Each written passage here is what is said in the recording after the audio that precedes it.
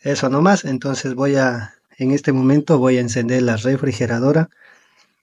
El termostato lo tengo en off y el timer también lo tengo en modo de descongelamiento. Entonces, al momento que yo conecto el refrigerador, lo primero que me deberá encender son las luces. Normalmente voy a conectar, no debe encender motor, compresor ni ventilador, solo luces. Vean, este es el interruptor de las luces del refrigerador. En el momento que cierro la puerta, esto se hunde y se apagará. Vean, abre la puerta, se enciende. Muy bien, excelente.